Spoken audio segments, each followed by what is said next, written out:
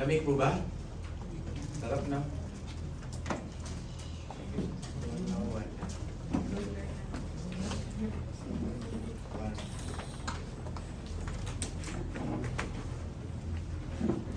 Amen, burihin ng Panginoon. Okay lang ba yung ating microphone? Di ba medyo mahina na konti? Yung timpla ni Chano nakaraan, medyo maganda yan eh. Parang may pitik-pitik sa lalamunan. Ayan, lagyan mo ng pitik-pitik sa lalamunan. Ayan. Yung timpla ni Chano nakaraan, na ano ba yan? Nararamdaman. Yan, mic test. Okay. Salamat, Michael. Gabriel. Ayan. Are you ready, people of God? Amen. Nasa Ephesians pa rin tayo ng buwan na ito, August and September. Sobrang lalim ng Ephesians, talagang sa pag-aaral ko, parang wala pa ako sa 1/4. Sa totoo lang. Kasi ang daming mga topic dito, sin, predestination, wrath of God, the grace of God. Apostle Paul writing this as yung kanyang pagpapakilala sa Ephesians na binanggit sa Revelation. Talagang babawian tayo ng buhay sa mundong ito. Hindi natin maubos ang salita natin sa pag-aaral. Wala po ba kayo, mga minamahal? Wala po ba kayo? Amen. Amen. The predestined is destined for sanctification. Yan ang ating title sa mga ganito. The predestined are destined for sanctification. Kaya yung Ephesians chapter 4, ito na yung mga practical na mga bagay at behavioral na mga bagay. Yung Ephesians chapter 1, chapter 2, chapter 3, doctrinal. Chapter 4, chapter 5, chapter 6, ito na yung sanctification. Sinimulan sa inyo to ng inyong elder bong, mayaman yung kanyang katuruan at talagang mga pininsanan niya itong sasabihin ko. Ibig sabihin mga ano tawag ito, ka-bracket, magkakasama. So, predestined kayo are destined for sanctification. Kaya pag-aaralan natin dito yung old self at yung new self. Tama yung text kanina sa ating prayer meeting. Atin po kayong prayer meeting pagka Sunday, marami mong pagpapalang dala ito na bibigyan tayo ng kalakasan. At hindi mo kami nag-uusap ni Ate Angela, but the same text. Pareho kami ng text na ginamit. The old self and the new self. Yan. Ito pong doctrinal ng new self is baptism in Christ. Kaya dito may binanggit sa inyo si Elder Pong yung one in the Lord, one in baptism. Ano pa ba isa? Yung binanggit? One in faith. Ibig sabihin, yung baptism is our union with Him in our new self. Ibig sabihin ay sa Old Testament, circumcise. Basta lumalalim ka ng konti. Ibig sabihin ng circumcision, yung mga pinili. Kasi yung mga pinili, ang significance nito sa New Testament ay baptism. Binabautismuhan. Kaya pag kayo nabautismuhan, ibig sabihin, you see to it that you united with Christ for the rest of your life. Follower of Christ for the rest of your life. Ito yung binabanggit na one Lord, one baptism, one faith. At yun yung kabaguhan nating bagong pagkatao. Hindi na ako kumibo kanina masyado na talakay na sa inyong ate-ate-line ng ilang bagay. So in Christ, na 45 times binanggit dito sa Ephesians ay meron na tayong union with Christ. So because of that, we died on Him in Calvary. Kaya may goal ng Banal na Espiritu sa mga predestined, sa inyong mga elect, to be sanctified. Ang sanctification po natin, mahabang proseso yun, araw-araw. Pagising mo sa umaga, sasanctified ka na ng Panginoon. Ako, maghihintayin ng sanctification nyo. Hindi ko aapurahin yan dahil hindi ako Diyos. We are here on the church, reminding lang, magre-remind lang kami, kayong mga leader. Lagi kaming magpapaalala.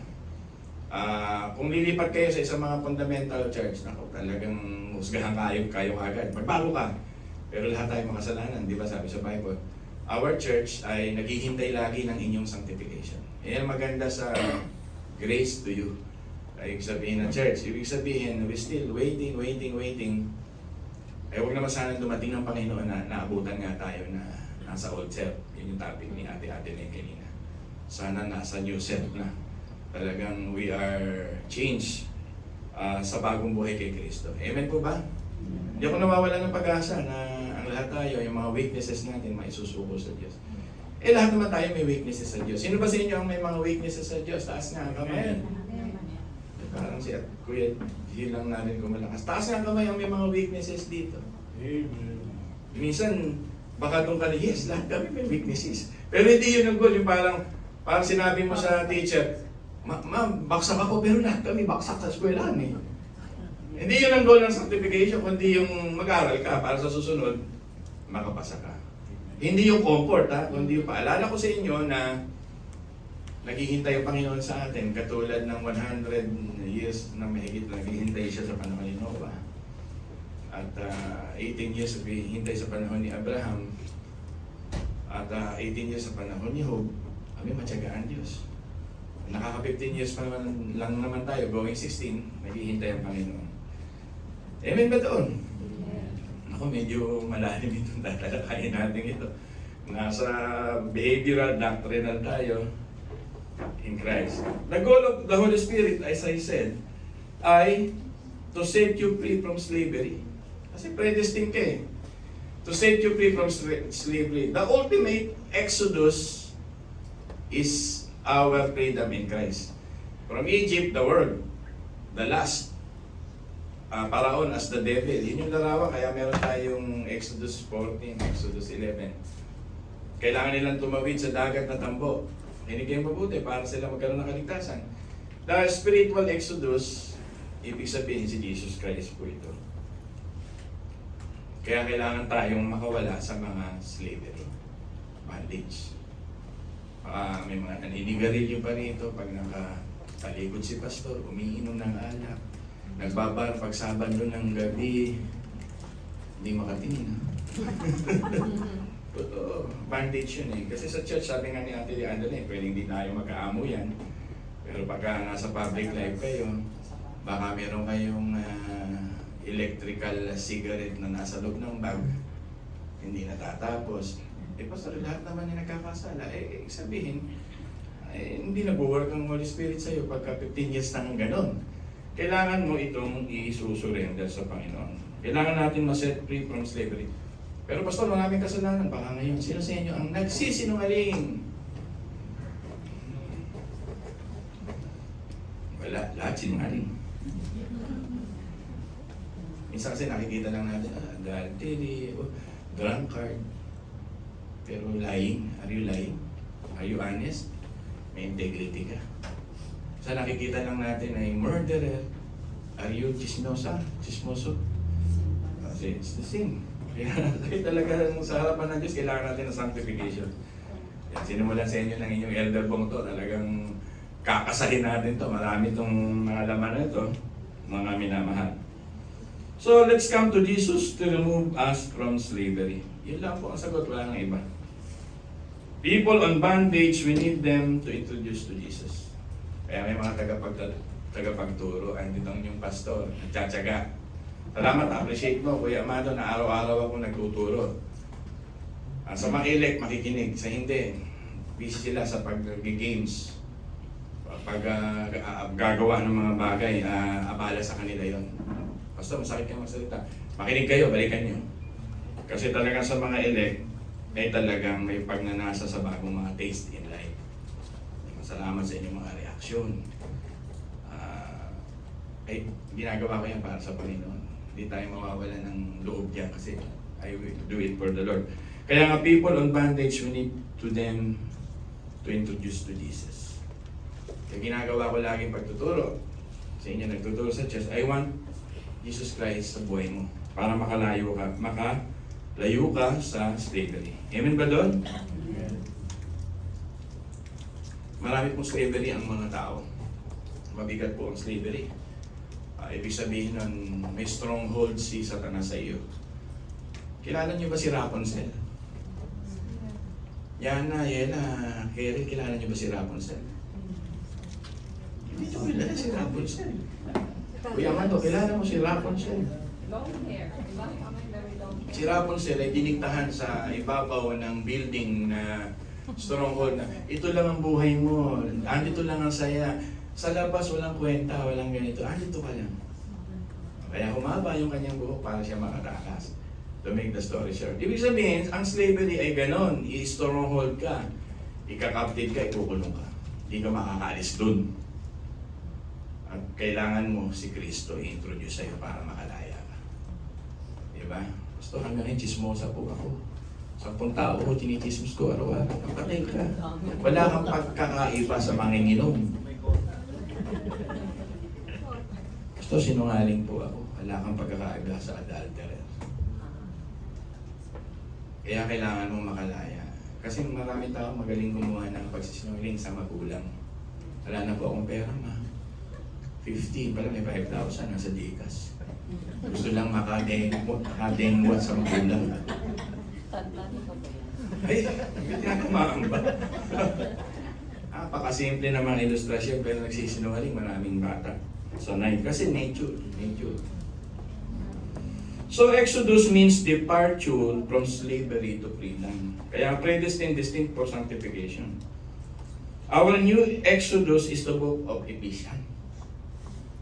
The spiritual Exodus is the book of Ephesians. Magbasa tayo mabuti, mga minamahal.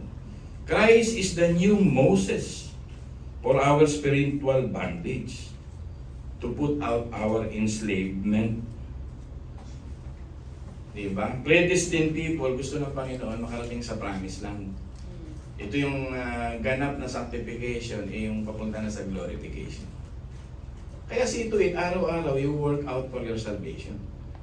Don't misinterpret that work out for salvation. Tatrabahuhin mo, paplanuhin mo, na maging banal araw-araw sa harapan ng Diyos. I'm not talking about good works para masave. Talaga sasadyain mo, may intentionality ka sa buhay mo. Alisin ko ng paninigarin niyo. Alisin ko ng pagiging chismosa. Alisin ko ng pagiging sinungaling. Ano pa ba mga karaniwang kasalanan ginagawa natin? Alisin ko ng pandidigoy sa magulang ko. Pagiging magulang. Ano ba? Tahimik kayo, no? Ayun. Alisin ko ng katamaran ko na maya. Magugas ka, mamaya. Sabi ko nga sa inyo, make it a resolution in your life. Pag-ising sa umaga, you read the Bible. Kaya ako may devotion every morning sa inyo. Sa read my Bible. At pag nabasa ko yun, nire-research ko yun, naisishare ko sa inyo. Pero maraming tao, ang niyayakap sa umaga nga, yan na naman si Pastor, cellphone, notification. Minsan umaga-umaga, nanonood pa ng Netflix na hindi natapos ng gabi na nakatalugan. Guilty kayo dyan! Buti na lang, nagsawa na tayo sa Korean telenovela. Gusto dito to. Sana unahin nyo ang Panginoon. Basic yung aking sinasabi, pero palalim ng palalim to. Ito na. Palalim ito. Sasabihin ko sa inyo. Mga minamahal, people on bondage, as I said, we need them to introduce Jesus. Because our topic for this month is, we are ambassador of Christ, of grace. May mga kaibigan tayo, trap. May mga loved ones tayo na trap, na enslave. Kailangan natin silang pakawalan. Sa 3 musketeros na ito, anong tawag dito? The 3 na nagmeme sa ating buhay. Triple team tayong dinudurog. Ano yung triple team na dinidiscuss ko sa inyo 2 weeks na? Ano yung triple team na ito na sinisira kang pilit? The world, the devil, and the... sila yung nagte-take down sa iyo. Sila yung naging enslave sa iyo para magkaroon ka ng distraction sa buhay. Gumising ka, kailangan mong makaalis dyan. Kailangan mo ng spiritual exodus. Kung ikaw ay nasa trap. Kasi pag nasa trap ka, enslaved means you will obey someone. You will obey the sinful nature. You will obey pag slave ka your master. Pag na-enslave ka, sino yung master mo? Kasalanan. Kaya pangangatiwiranan mo ang lahat ng kasalanan mo, gagawan mo ng justification, ng rationalization, ng excuses because sin is your master. Kailangan ialis ka ng Diyos doon. Pastor, talagang makasalanan lang po tayong lahat. Kaya nga may sanctification. Kailangan nating tulungan ng kapatid natin sa church. Kailangan tayo magkaroon ng ambassador's heart. Kaya hanggang sa dulo ng buhay natin, ipipreach natin ito. Freedom in our Lord Jesus Christ. Diba? Ito yung powerful force na talagang si Satan, si flesh, si world, at yourself. Dadagdagan natin ang sarili mo. Diba? Ang goal nito at ito yung reality, power at work ito. May mga spirit of suicides ngayon. Maraming mayamang bansa nawawala sa... Halimbawa, gusto mo mag-change na identity sa Japan. Sa dami mong utang, napaong ka sa utang. Ang gagawin nila, pupunta sila sa tinatawag na forest. Napakarami pong wag niyong pakialaman ng gubat ng Japan. Papakamatay sila doon, nilakili. Or they will pay for a syndicated crime that they will change your identity pag baon na baon ka sa utang. Japan, nangyayari yan. Yun ang tinatawag spirit of suicide. Tapos magpapakamatay. Spirit of violence. Kabilat kabila, konting init sa traffic, makikita ninyo, barilan. Nagigit lang ng konti yung kanilang BYD. Ano ginagawa nila?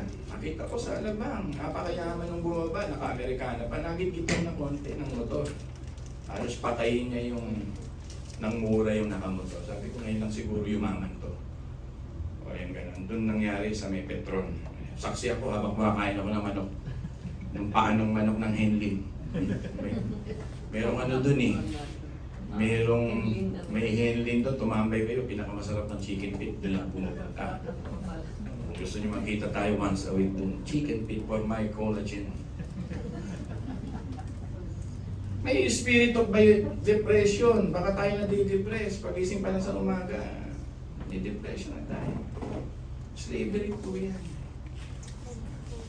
May emptiness tayo. Sabi ko nga, kanina, practical, pag may emptiness ka minsan, lumabas kang mag-isa, tumitig ka sa langit, gabi. Tingnan mo yung kadili, yung pinuno ng Diyos na maraming bituin.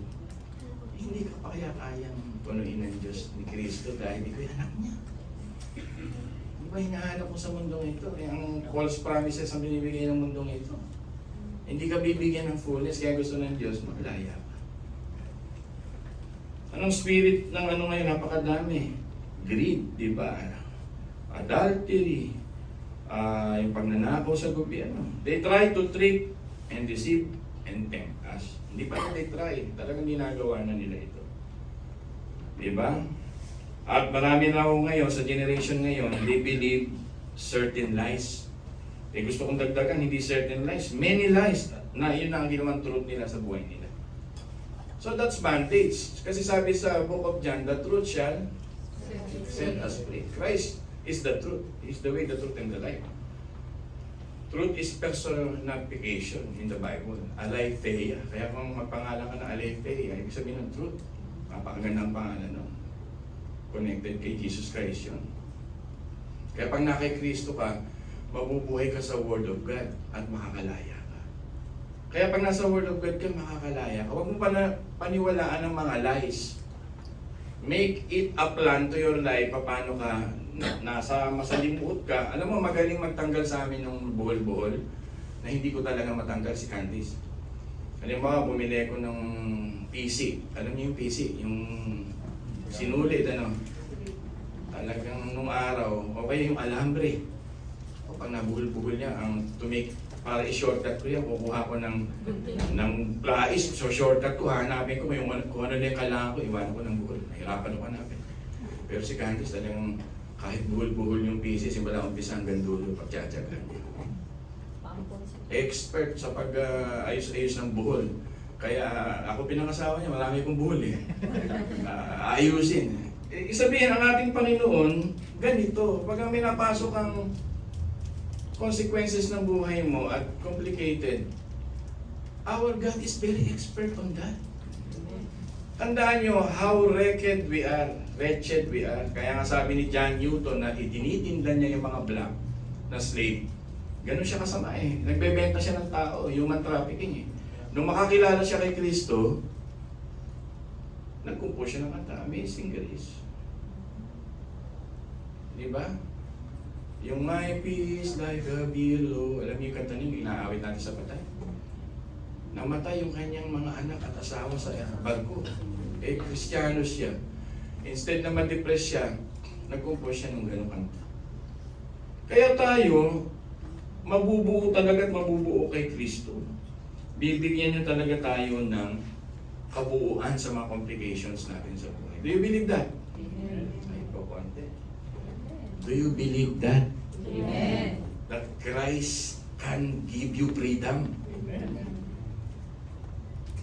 Pag hindi ka naniwala dito, lalamunin ka ng tatlong magkakaibigan, the lust, the flesh, and devil. At yung mga lies nila ay pagkakaloob sa atin. Pastor, gusto kong maniwala. Ay, naalala niyo ba si Mary Magdalene? Ilan ba demonyo ni Mary Magdalene? Ilan ang demonyo ni Mary Magdalene na nasa loob ng kanyang katawan? Bible content. Hindi kayo nagbabata. Ilang demonyo meron si Mary Magdalene na pinakawalan ng Diyos? 7 demonyo. 7 demonyo siya sa kanyang kaluluwa. Tingnan mo nga katabi mo kung ilan ang demonyo. Decreasing. Pwedeng 2 demonyo, may 3 demonyo siya. Ano? Decreasing. Pastor, sakit mo salita mo. Pero totoo eh. Pag bandage ka sa kasalanan, may demonyo ka.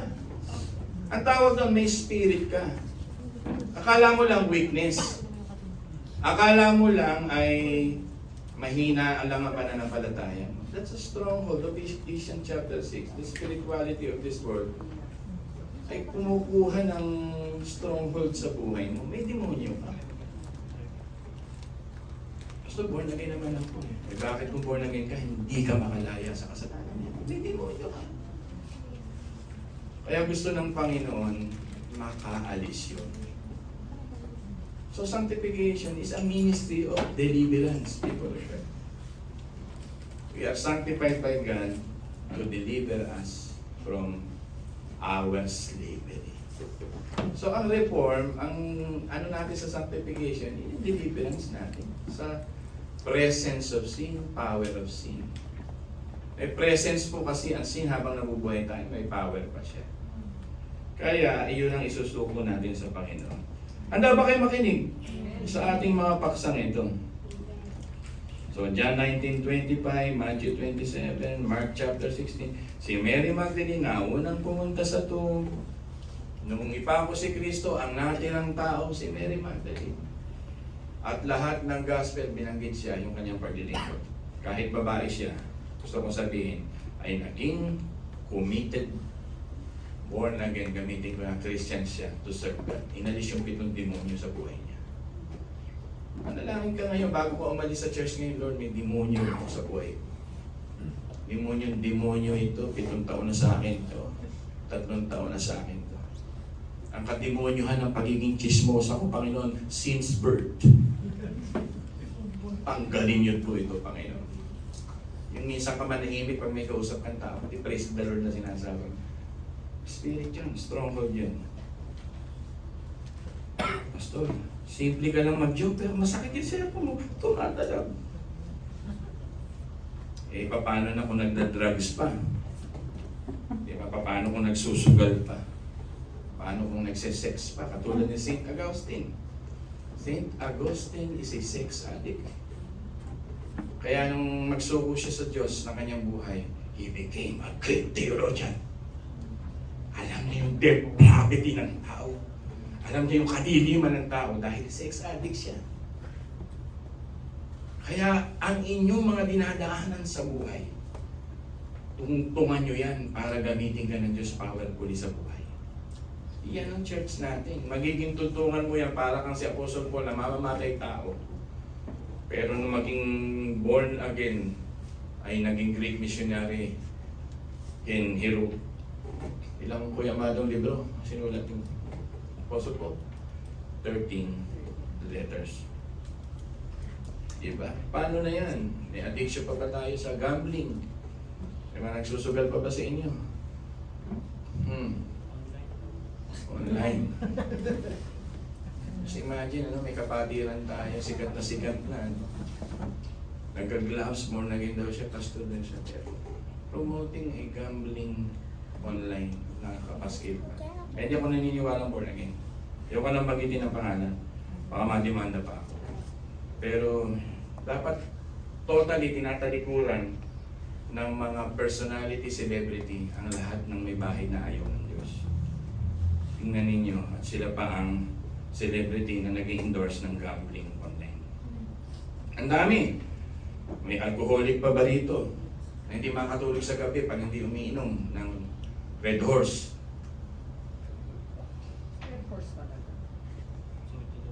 Sige, Gold Eagle. Pero alam mo, Kuya Hino, wala na. Hell.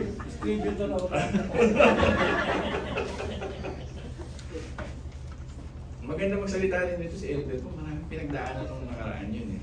Amot pag-uwi niya, sabihin ko ganyan. Alam mo, dumaan tayo sa lahat ng ganyan.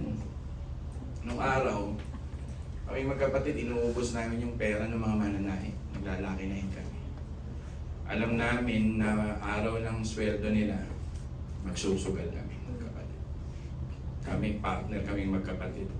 Kindatan lang, ubos ang pera ng mga mananahi sa pabrika. Kasi malupit ang kapatid ko, mahawak ang baraha. Walang ginawa yun, araw-araw. High school, may exam sila, nasasabungan yung kapatid ko. Sabi ko, matindi ka, namana mo pa yung lolo mo, tatay natin, tapos dinadamay mo ko. Di ba? Ganun. Talagang iba ang trap ng kasalanan. Buti na wala sa buhay namin yun. Nung kami ay nagbibinata na. Talagang dumating kami sa punto ng ganung buhay. Dumaan din po ako dun. Yung naliligo ako para ako magsugal kasi buenas. Naintindihan niyo yan? Kinukustos ko yung katawan ko kasi mananalo ako sa sugal. Young age. Kayo mga bata, hindi nakatikim yung gano'n. Gabi, tantan. In my young age.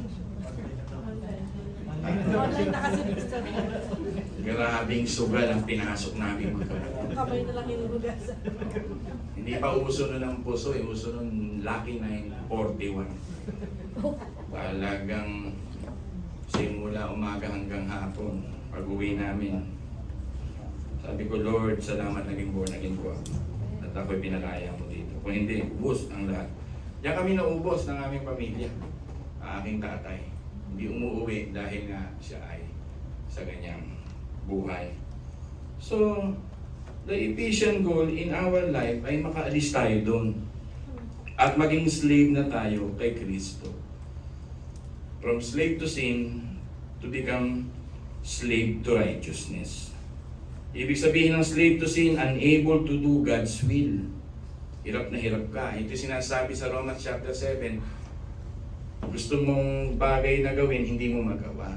May struggle ka. Kasi nga, yun yung slave to sin. Ito yung extension of Adam and Eve. Corruption ng whole nature natin. Corrupted tayo. Ito yung unable to break force through our own will. Nasa utak mo, gusto ko na magbago, gusto ko na magbago, gusto ko na magbago. Pero hindi mo magawa dahil hindi nag-i-intervention si God. Kaya ito pagdasal natin sa ating mga kapatid, mga mahal sa buhay, mag-intervene si God, makialam. Ito prayer ko sa bansa, Lord, makialam na po kayo. Walang magagawa yung awa namin. Iba yung magagawa ninyo. Tingnan mo yung baha, nagre-reklamo tayo ng dati, ginamit pala ng Diyos para palutangin ang buhayan ng ating bansa. Pastor, bakit mahalaga ang topic na ito? Pagkat slave ka, it will consume your daily life. It will consume your tinatangkilik sa buhay. Pag may mga pera kayo, i-consume nito ng mga addiction natin sa buhay. It will consume your time. Yan ang lagi mong iisipin. Masisira ang buhay mo. Sabihin mo nga sa katabi mo, masisira ang buhay mo. Parang si Duterte lang. It offers false promises of pleasure and satisfaction. But sa dulo, decay, pain, and death. Kung nabubuhay ka pa, hindi ka pa namamatay, yung decay, pain, and death, emptiness, complication, troubles, addiction. Tinatanggap na lang natin ito kahit dinudurog na tayo. That's slavery. That's slavery. Tinatanggap mo ito kahit dinudurog ka na, winawasa ka na, sisira ng katawan mo. Mga schedule mo nasisira. Physical mong katawan, health mo ay nasisira. Financial mo nasisira. Tinatanggap mo na lang. Kasi slave ka na. Magkaroon ka ng plan. Magkaroon ka ng plan. Ayusin mo na yung plan mo. Paano ko ayusin ang buhay ko? Kumuha ka ng notebook, kumuha ka ng journal. Simula ka kay Kristo. Sumula ka sa repentance. Magsimula ka sa intentionality to go back to God. Amen ba ito, mga minamahal? Sige, balik tayo sa pag-aaral. Makibasa nga kung sino makita ng Romans 6:16. Malakas lang ang boses, ha? Tapos makibukas sa John 8:34. Sige nga po. Romans 6:16. Romans 6:16. Malakas ang boses. Do you not know that when you present yourselves to someone as slaves for obedience, you are slaves of the one whom you obey, either of sin resulting in death or of obedience resulting in righteousness? Kung kanino mo binibigay ang buhay mo bilang master mo, slave ka nun. Amen ba nun? Kung slave ka ni Noranian ka for life. Di ba? Di ba sa inyo, baliw sa artista? Na pag may dumayo pang mga tinatawag dito, si Taylor Swift, kahit pag may bayad ka ng 30,000, 25,000. Nakikita ko yun sa mga classmate ni Chay, that they are willing to pay to go to Singapore just to watch. Sabi ko, oh my God. Sabi ko, Chay, sa YouTube, mo na lang panoorin. Sabi ko na yan, matitindi ang mga ganyan. Hindi ko lang nililisin. John 8:34, pakibasa. Willing pa ba kayo makinig? John 8:34, pakibasa. Sige, mga minamahal. Sino una nakakita? Malakas na boses. Uy, kausap ko kayo. Sino nakakita? John 8:34. So Jesus said to the Jews who had believed, Jesus answered them, "Truly, truly, I say to you, everyone who practices sin is a slave to sin." Ayun. Eh pag nag-practice ka ng sin, you are slave to? Eh di huwag mo i-practice. Ibigay mo na sa Diyos. Humingi ka pa, Lord, paano ko ito ayusin? Pwede naman yun. Walang masilimuot na hindi naaayos ng Panginoon. Yun ang paniniwala ko lagi. Basta meron ka na intention para ayusin niya. Yun ang prayer ko. Sin na sana ay mawala na at hindi tayo i-enslave. Lord, intervene in our lives, Panginoon. Hindi nyo ba napansin si Daniel na meron siyang gustong puntahan, si Propeta Daniel, hinaharangan siya ng Banal na Espiritu? Nabasa nyo ba? Kasi ayaw ng Diyos makarating siya doon sa ikapapahamak. Dumating na ba sa punta ng buhay niya na meron kang gagawin kasalanan, hinaharang ka ng Banal na Espiritu? Kasi anak ka niya. Pero pag tinuloy-tuloy mo pa rin yun dahil you are slave to sin. Yan yun. Pupunta ako rito, may magandang babae rito, mag-meet kami. Hinaharangan ka na ng maraming harang, nabasa mo na sa langit. Yung ulap, nag-korte na ng John 3:6. Ayaw mo pang makinig. Nagka-traffic na ng 10 oras para makarating ka sa lugar, pinilit mo pa rin sumakay. Ay, slave ka talaga. Pinilit mo eh. Hinaharangan ka na ng Diyos. Ngayong araw, binibigyan na tayo ng Diyos ng mga ganitong, yes, life in Christ is satisfactory talaga sa buhay. Dito dapat ako. Inaalis na tayo sa gano'n, sa mga bondage. Mga minamahal ko. Diba? As an ambassador of grace, kahit dito sa church natin, ako na magsasabi, I never excuse your sin. But hindi ako nag-i-expect na i-correct kita on this moment. Because ako ay ambassador of grace, I will wait, I will pray. I will be patient also to you. I will love you to the end. Ang ayoko lang ay dumating yung time na sa tunay kong pagmamahal sa iyo ay hindi mo pinakinggan. Kasi ang tunay na pagmamahal, ang tawag dito yung love speech. Ito yung binabanggit ni John MacArthur, love speech. Ay ayaw mo mapahamak yung tao, kaya gagawa ka ng parang sabihin sa kanya, mapapahamak ka pag ginawa mo ito. That's love. But the culture who tolerates sin, the democratic who tolerates sin, tingnan mo, ang Amerika, they tolerate abortion. They make it a law na huwag sasaktan ang magpapa-abort. My God, ganun magdumal sa Diyos yun. Magpapakasal ang dalawang lalaki.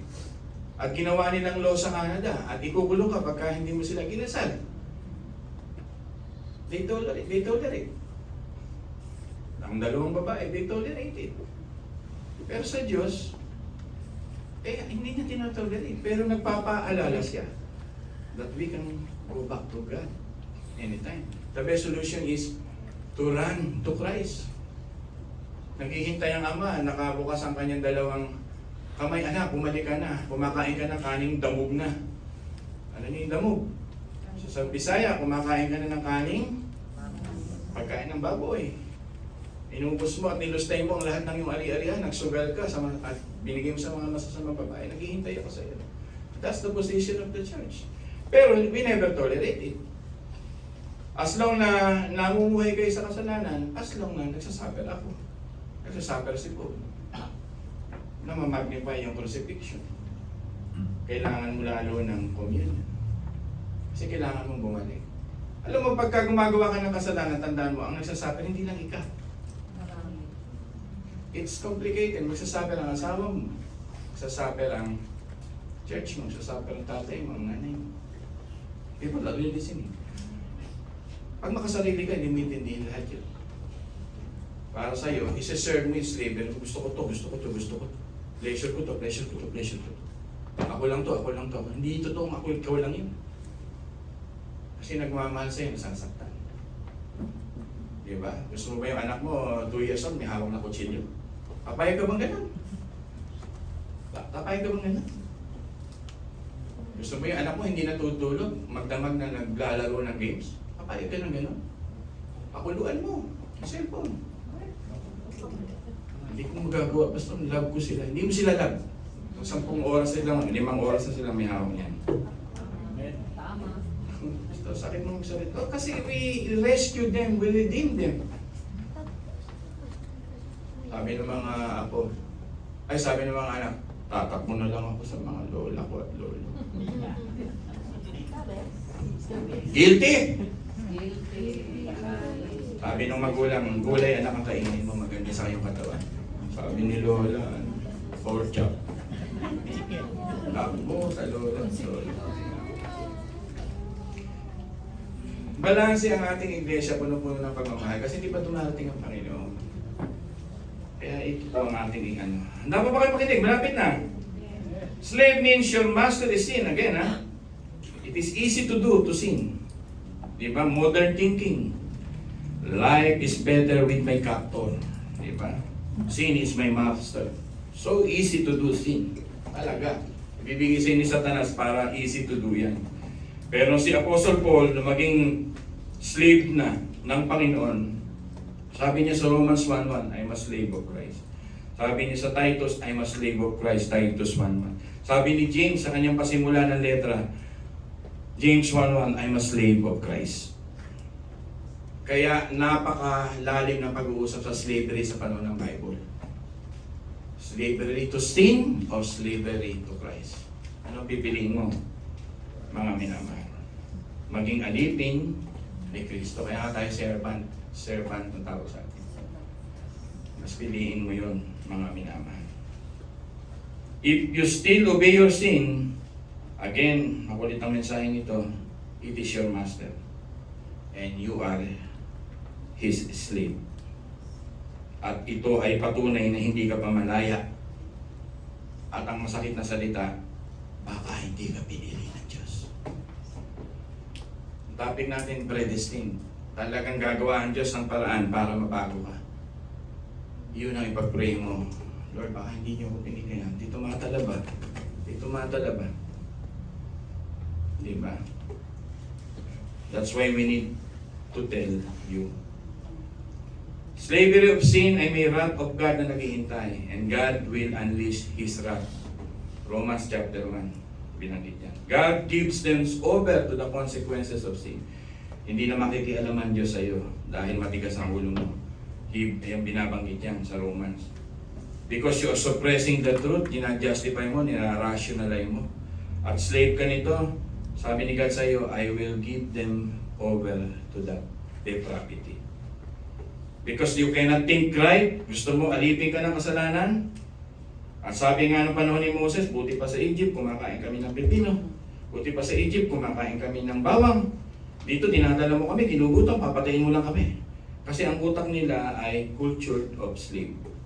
Alam niyo ba kung bakit tayo ninanakawan sa bansang ito? Alam niyo kung bakit hinuhutot ang pera natin sa bansang ito? Dahil tinuruan tayo ng mga Kastila for 300 plus years na sumusunod sa superiority authority. At tayo'y mga tinatawag na mga angel na nakaharap sa mga ilustrados. Nadala natin sa politika yan. Akala natin itong matataas na mga congressman at mga senador ay kagalang-galang na dapat sundin. Kahit ninanakawan na tayo. Hindi ganun ang Indonesia, meron silang war heart. Diba? Kaya sila lalaban pag sila ikinukurap. Tayo mga Pilipino, sige nakawan mo. Babanatan na kita sa Facebook. Bilyon minamahal. Madaling ituro ang kontraktor, pero behind the contractor, who are they? Sila yung gumagawa ng investigasyon kung wali para hanapin ang mga korap. Galit ang magnanakaw sa kapwa, pero sila iba. Diba? Sila yung parang friend natin, pero sila rin yung magnanakaw. Lumalabas sa mga bibig nila, may contractor. Observe may mga words na, sabi ng congressman na isa, yun naman yung may contractor.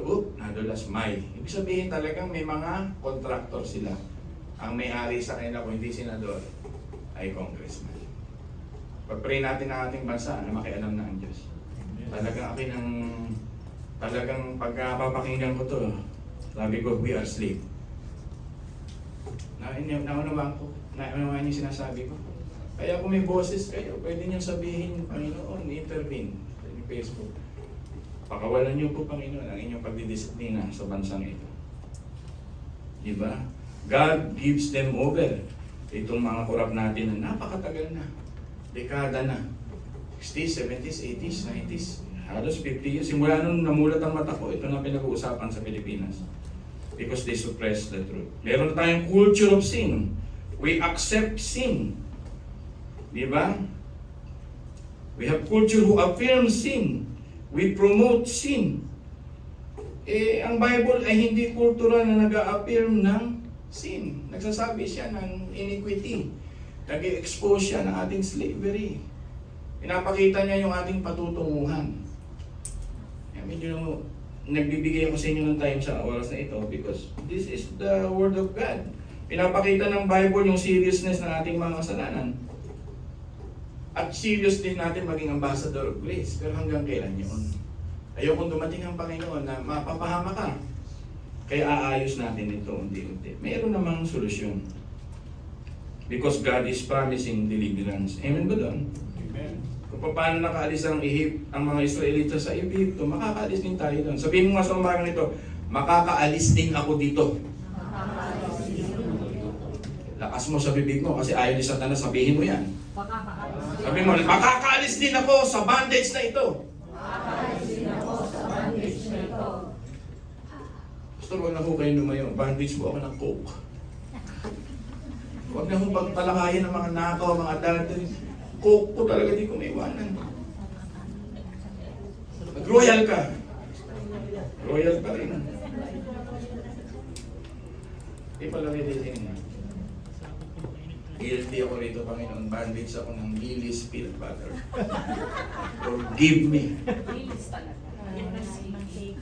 Masarap ang peanut butter. Walang tumagal sa bahay niya.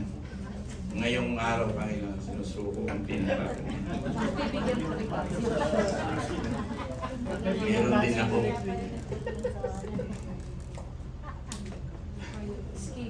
Tama na ka, Andy. Huwag mo na ako bigyan na niya na Skippy. Pinagsisisihan ko na bandage, tayo yan. Talagang ang collection ko niya, alam ko lahat ang pangalan niya from abroad, from Canada, from US, from the local.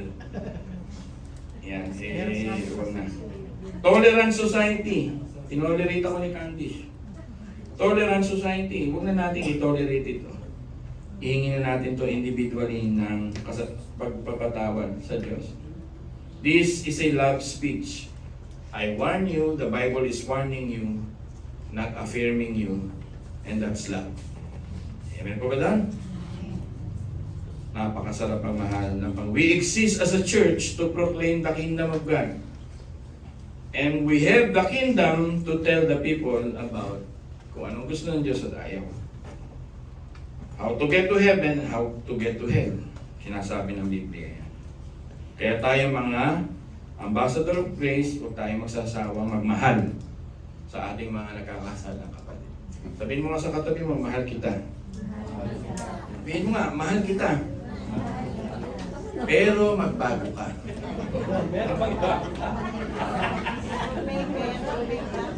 Kita mo? Lapit na. Handa pa ba kayo makinig? We were sanctified, separated for that sin. Kaya nga yung Ephesians, pag nakay Kristo ka, sinasanctified ka at hinihiwalay ka na sa slavery. You are sanctified on that behavior. Pag binasa niyo yung Ephesians chapter 4, maraming behavioral na masama doon. You are washed and sanctified. You are changed and separated sa dati mong buhay. Yung tinalaki sa inyo ni Ate Adeline, the old has gone, the new has come. Amen dapat doon. People sin will send you to hell pag hindi ka nagbago. Pag nadatnang ka ng Diyos that your master is sin, you will go straight to hell. Ayan ang preaching. Kaya dapat hindi ka maging slave nun. Isuko mo yun sa Diyos at si Kristo ang maging master mo and Lord mo today. Nangungusap na ang Diyos because you will really go to hell. And hell is so disastrous. Ibig sabihin buhay na bulate. Oo. Walang hanggang apoy. Galit na galit ka sa Diyos, sinusupa mo dahil sa hirap.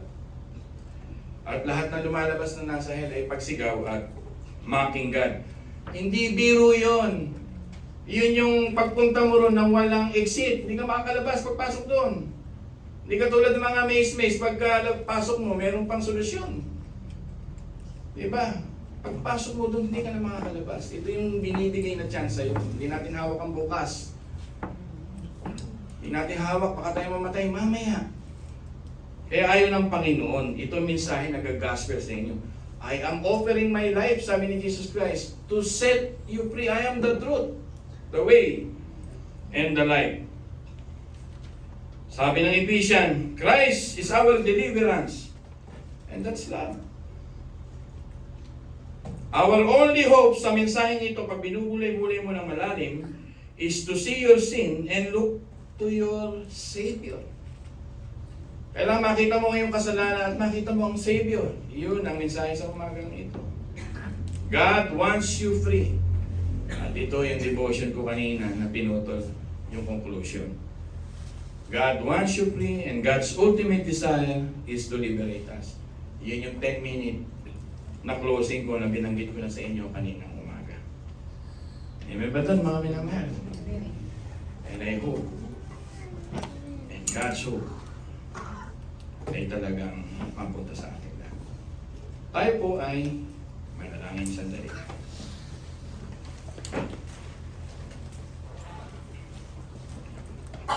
Panginoon, this is a message of love.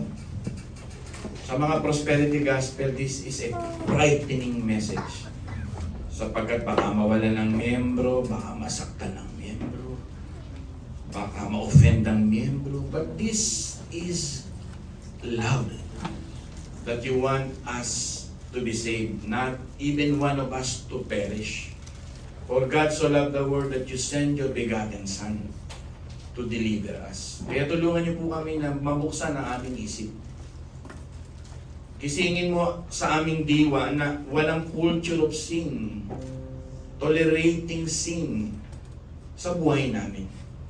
At kami man na nabibiktima, Panginoon, ng ganitong slavery, yamanan mo pa ang aming pusong magmahal at mapuno ng grasya ang aming puso at umunawa at maghintay. At walang hanggang pumunta sa recovery, sa healing, sa tinatawag na fellowship to heal. And this is your goal. You came to this planet to heal and to serve. Ayaw po namin maging isang iglesia to condemn and to judge. But, oh God, yung dala ng seriousness ng kasalanan namin. Nagsasuffer po pwede dito ang aming mahal sa buhay. Pwede nagsasuffer dito hindi lang aming sarili. Ganon din ang aming mga kaibigan na ayaw nila kami na mamuhay dito at gusto na nilang makalaya kami dito. Buksan niyo ang aming mga diwa at makita namin, Panginoon, ang kalayaan kay Kristo ay kapayapaan. Buksan mo ang aming diwa na ang kalayaan kay Kristo ay isang matiwasay na paglalakad sa buhay. Alisin mo sa amin ang deception ni Satanas that he can satisfy, that the world can satisfy, that this flesh ay kailangan pagsilbihan. Panginoon, our only master is you. You are the Lord, the King of Kings and the Lord of Lords, the Master of all. Tulungan niyo kami, Panginoon, na makita ito as born-again people. Hindi ito papansinin, Panginoon, ng mga not elected. The message of the cross ay katitisuran sa mga hindi pinili. At yan ang sinabi mo sa Korinto. Ngunit kagalakan ito, kaunawaan at katalinuhan sa mga pinili. Panginoon, we are here, O God, as your chosen people na talagang hindi aalis sa doctrine of grace, sa doctrine of predestination, sa aming calling na maging Great Commissioner ng iyong mga salita. Sa Great Commission na ito, we are ambassador representing the hope through our brethren, to our loved ones. Panginoon, hindi pa namin tinatalakay sa pulpitong ito that the judgment of God will start inside your home na binabanggit nyo sa salita. Nagsisimula ito sa tahanan ng Diyos.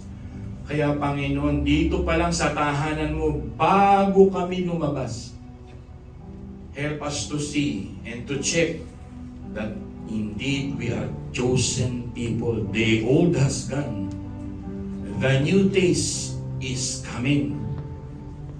Panginoon, there is hope. Buksan niyo po ang aming mga dibdib at puso. Tulungan mo kaming iiyak at isuko sa iyo. Deliver us from evil, O God. This is your prayer for us. Panginoon, tulungan mo ang mga kapatid. Deliver them from evil, from the hands of the enemies. At tunay na makikita namin magbibigay sa inyo, Panginoon, ng glory, forever majesty and honor that belongs to God. Because He is our joy. He is our Savior. He is our Master. He is our satisfying resources in our lives. We surrender everything to you, O God, in this very moment.